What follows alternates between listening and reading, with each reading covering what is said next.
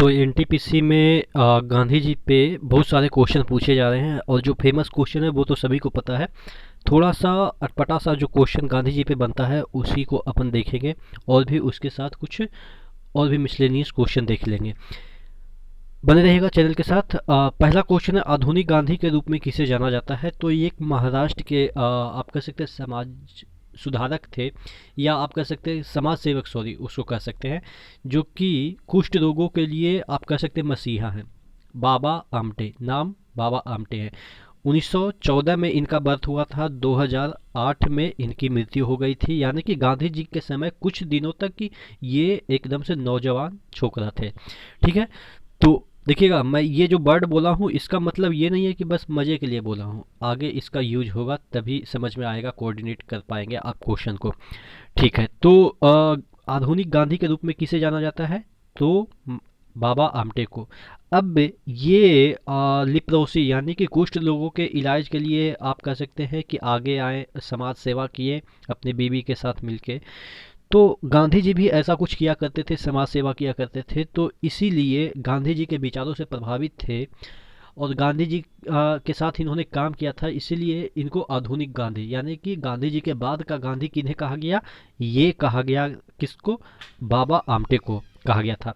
खान अब्दुल गफ्फार खान को जो कहा गया था वो सीमांत गांधी यानी कि सीमा के पार गांधी। सीमा के पार गांधी मतलब कि पाकिस्तान में चले गए थे, इसीलिए इनको सीमांत गांधी कहा गया था। ठीक है, तो ये बात समझ में आई, बाबा आमटे को कहा गया है क्या? आधुनिक गांधी। अब अगला क्वेश्चन यही गांधी जी से रिलेट करता है कि बर्मी गांधी यानी कि बर्मा के गांधी किन्हें कहा जाता है? तो आंग सांग सूकी। देखिएगा ऑप्शन आपके दिए हुए थे, जनरल आंग सांग सूची सूकी। तो ये आंग सांग सूकी जो कि 1991 में नोबेल पीस प्राइज विनर रह चुके हैं, आंग सांग सूकी। बाद में विवाद भी हुआ, जो रोहनिया जो आप कह सकते शरणार्थी थे, वहाँ पे रोहनिया को पीटा गया, मारा गया, तो जिसकी वजह से इनके जो ये नोबेल पीस प्राइज इनका था वो वापस करने के लिए मांग उठी थी। हालांकि वापस हुई नहीं है, लेकिन आपको याद रखनी है कि आंग सांग सूकी जो कि बर्मा के हैं, उन्हीं को ही ये बर्मी गांधी के रूप में जाना जाता है। ठीक है, गांधी जी के विचारों से काफ़ी प्रभावित थे, उन्हीं जैसा इनका काम भी था, तो इस वजह से इनको आंग सांग सूकी को बर्मी गांधी कहा जाता है। अगला क्वेश्चन है, बाबा आमटे को अभय सदक का खिताब किसने दिया था? देखिएगा अभी मैंने बताया कि बाबा आमटे का रिलेशन कहीं ना कहीं महात्मा गांधी से है, तो अभय, ठीक है, जिसको भय ना लगे। ठीक है, जिसको भय ना लगे। और ये खिताब इनको बाबा आमटे को किसने दिया था? महात्मा गांधी ने। ठीक है, जब महात्मा गांधी किसी को कुछ बोल देते हैं तो ऑब्वियस है वो चीज़ एक प्रकार का आप कह सकते हैं हिस्ट्री बन जाता है। तो अभय सदक, यहाँ पे ध्यान रखिएगा, अभय सदक है। किनको ये खिताब मिला था? महात्मा गांधी ने बाबा आमटे को दिया था। अगला क्वेश्चन की ओर बढ़ते हैं, गांधी फिल्म में नाथूराम गोड्स की भूमिका किसने निभाई थी? देखिए अगर हम बात करें कि गांधी फिल्म जो कि काफ़ी फेमस रही, ये इसको ऑस्कर भी काफ़ी सारे मिले, तो इसमें ये तो पता रहता कि गांधी जी की भूमिका यानी कि गांधी जी का रोल किसने किया था? बेन किंग्सले ने किया था। ठीक है, ब्रिटिश एक्टर है, तो इन्होंने किया था। लेकिन बात करें इस निगेटिव रोल यानी कि जो नाथूराम गोड्स निगेटिव ही रोल हो गया, तो उसका जो रोल है वो किसने किया था? हर्ष नैयर ने। अब ध्यान रखिएगा कि हर्ष मतलब क्या होता है? खुशी होता है। तो गांधी जी के मरने के कारण बहुत सारे लोग खुश भी थे। अभी भी आप देखते होंगे कि बहुत सारे लोग मन में बहुत सारे लोग बोलते हैं कि गांधी जी को सही मारा है, नहीं मारता तो और भी मतलब कि पता नहीं और क्या क्या पाकिस्तान, दो तीन पाकिस्तान बन जाते हैं। ठीक है, तो इस तरह से बहुत सारे अभी अटकलें चलती रहती है अभी के मीडिया में। ठीक है, सोशल मीडिया पे इस तरह की बातें लिखी जाती है। तो यानी कि गांधी जी के मरने के बाद बहुत सारे लोग खुश हुए। ठीक है, हर्ष। ठीक है, बहुत सारे लोग उदास भी हुए। ठीक है, लेकिन हर्ष भी बहुत सारे लोगों का हुआ। तो इस तरह से याद रखें कि नाथूराम गोड्स की जो भूमिका है वो हर्ष नैयर ने निभाई थी। मंगल बाबा किसे सॉरी मलंग बाबा किसे कहा जाता है? देखिएगा ध्यान रखिएगा, मलंग मलंग कुछ एक ऐसा आप समझ रहे होंगे कि गाना में कुछ सेंस, एकदम मलंग मलंग नाम से एक गाना भी है। तो वहाँ पे ये मलंग का मतलब क्या हो रहा है कि कुछ मतलब कि उस तरह का टीनेज एज टाइप का। ठीक है, जो कि हमेशा जॉली मूड में रहता है, या आप कह सकते हैं कि दारू वारू पी के मस्त मलंग रहता है, ठीक है, इस तरह से। तो गांधी जी भी वैसा कुछ थे।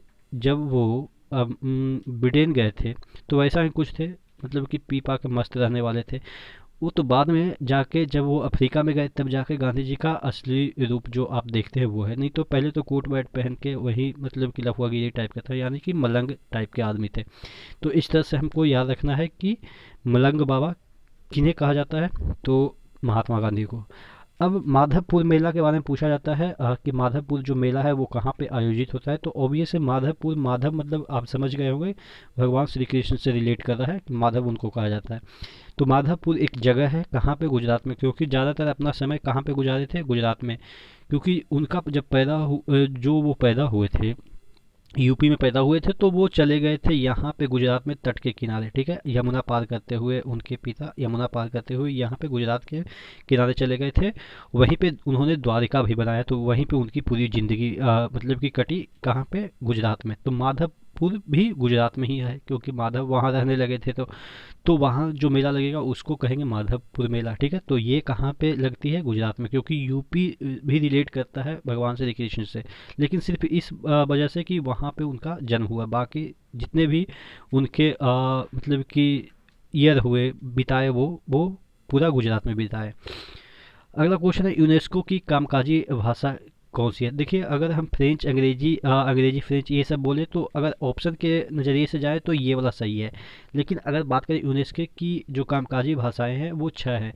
यूएन यानी कि यूनाइटेड नेशन की जो छः भाषा है, वो जो भाषा है वो सभी यूएन की जो ब्रांचेज है उसमें लागू होता है। तो यूनेस्को भी यूएन की एक ब्रांच है, यूनाइटेड नेशन का ही ब्रांच है। और यूनाइटेड नेशन में कितने भाषा कामकाजी हैं यानी कि ऑथराइज्ड है, छह भाषा। पाँच अस्थाई सदस्य हैं, लेकिन छह भाषा। एक किसका बढ़ गया, एक बढ़ गया अरब का। अरब आप तेल के मामले में आप समझ सकते हैं कि काफ़ी विकसित है, इस वजह से इसकी भाषाएं वहाँ पे बोली जाने लगी। तो इस वजह से इसकी जो भाषा है वो इसकी आधिकारिक हो गई, इस तरह से याद कर सकते हैं। और कौन कौन से पाँच है, फ्रेंच यानी कि जो फ्रांस है वो इसका स्थायी सदस्य है, तो ऑब्वियस है इसका जो भाषा है वो इसकी कामकाजी होगी ही। अंग्रेजी इंग्लैंड इसका सदस्य है, तो ऑब्वियस है होगा ही, ठीक है।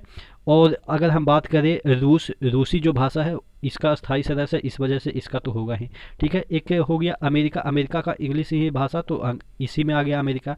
अब बात कर लेते हैं ये जो फ्रेंच, ये आपका स्पेनिश है, स्पेनिश एक भाषा है। पहला तो ये तीन हो गए, ये हो गए फ्रेंच, अंग्रेजी और रूसी, तीन भाषा हो गया। एक हो गया स्पेनिश। स्पेनिश इस तरह से याद रखें कि जो साउथ अमेरिका है उसमें बहुत सारे कंट्री, तकरीबन 90% जो कंट्री है साउथ अमेरिका के, उसमें स्पेनिश बोला जाता है। तो आप समझ सकते हैं कि अमेरिका इस तरह से याद रखिएगा कि साउथ अमेरिका को अमेरिका याद रखिएगा कि अमेरिका इसका सदस्य है, अस्थायी सदस्य है। तो यहाँ पे साउथ अमेरिका में स्पेनिश ज़्यादा बोला जाता है, तो इस वजह से यहाँ पे स्पेनिश इसका क्या हो गया कि आधिकारिक भाषा हो गया। एक हो गया आपका अरबी हो गया, ठीक है। तो इस तरह से कितने भाषा हो गए, पांच भाषा इसके, सॉरी छह भाषा इसके टोटल क्या हो गए कि आधिकारिक भाषा हो गए। अब अगला क्वेश्चन एक पॉलिटिकल साइंस है, कौन सा अनुच्छेद उपराष्ट्रपति या अन्य व्यक्ति को कार्यालय के कर्तव्यों को पालन करने या अध्यक्ष के रूप में कार्य करने की शक्ति से संबंधित है। कहने का मतलब ये है कि लोकसभा हो या राज्यसभा हो, वहाँ पे दोनों जगह उपसभापति होते हैं। सभापति तो आपको पता है कि सभापति उस सदन को चलाते हैं, लेकिन एक उपसभापति भी होता है जो कि अगर सभापति नहीं रहता है तो उसका कार्य उपसभापति करता है। तो ये वाला जो कार्य है, ठीक है, अगर उपसभापति नहीं रहा तो फिर जो राष्ट्रपति है वो बताएगा कि कौन इस सदन का संचालन करेगा। यानी कि राष्ट्रपति के पास ये शक्ति होता है कि किसी को उठा के यहाँ पे चेयर पे बैठा दे। अगर लोकसभा या राज्यसभा का सभापति नहीं रहता है तो उसका उपसभापति उसका काम करता है। अगर उपसभापति भी नहीं रहता है तो ये राष्ट्रपति के पास अधिकार चला जाता है। तो ये सब जो कानून जो बने हुए हैं कि ऐसा नहीं होगा तो ऐसा होगा, ऐसा नहीं होगा तो ऐसा नहीं होगा, तो ऐसा होगा। तो ये जो अनुच्छेद है वो कौन सा अनुच्छेद बताता है, ये आपका 95 अनुच्छेद कहता है, ठीक है। याद करने का, अगर नहीं होगा, 9 मतलब नहीं, 9 अगर नहीं होगा तो ये जो पंच बनेगा, यानी कि यहाँ जो कुर्सी पे जो पंचायती करता है वो कौन करेगा, उपसभापति करेगा। उपसभापति अगर नहीं रहेगा तो कोई सदस्य करेगा, ठीक है। तो कहने का मतलब कि जो सभापति नहीं रहेगा, नाम फॉर 9, ठीक है, तो पंच का काम यानी कि 5 का काम कौन करेगा, उपसभापति करेगा। इस तरह से हम इस अनुच्छेद को याद कर सकते हैं। आशा करते हैं क्वेश्चन जितने भी थे वो आपको याद हो गए होंगे। तो इसी तरह से बने रहेगा चैनल के साथ। नेक्स्ट वीडियो मिलते हैं, तब तक के लिए धन्यवाद। अच्छा, इसमें एक मैंने क्वेश्चन छोड़ दिया था, इसमें चार शायद 5 ही लैंग्वेज बताया था। एक चीन का लैंग्वेज है, क्योंकि चीन इसके सदस्य है, अस्थायी सदस्य, इस वजह से चीनी इसकी जो है वो कामकाजी भाषा है। एक हो गया आपका फ्रेंच अंग्रेजी, उसके बाद ये देखिएगा, मैं एक बार फिर से रिवाइंड करूँ, फ्रेंच अंग्रेजी रूसी 3 हो गए। उसके बाद एक अरबी हो गया, फिर एक हो गया स्पेनिश हो गया और एक चीनी हो गया। तो टोटल 3 इधर और 3 इधर, यानी कि 6 भाषा हो गए इसके आधिकारिक, ठीक है। तो नेक्स्ट वीडियो मिलते हैं, तब तक के लिए धन्यवाद।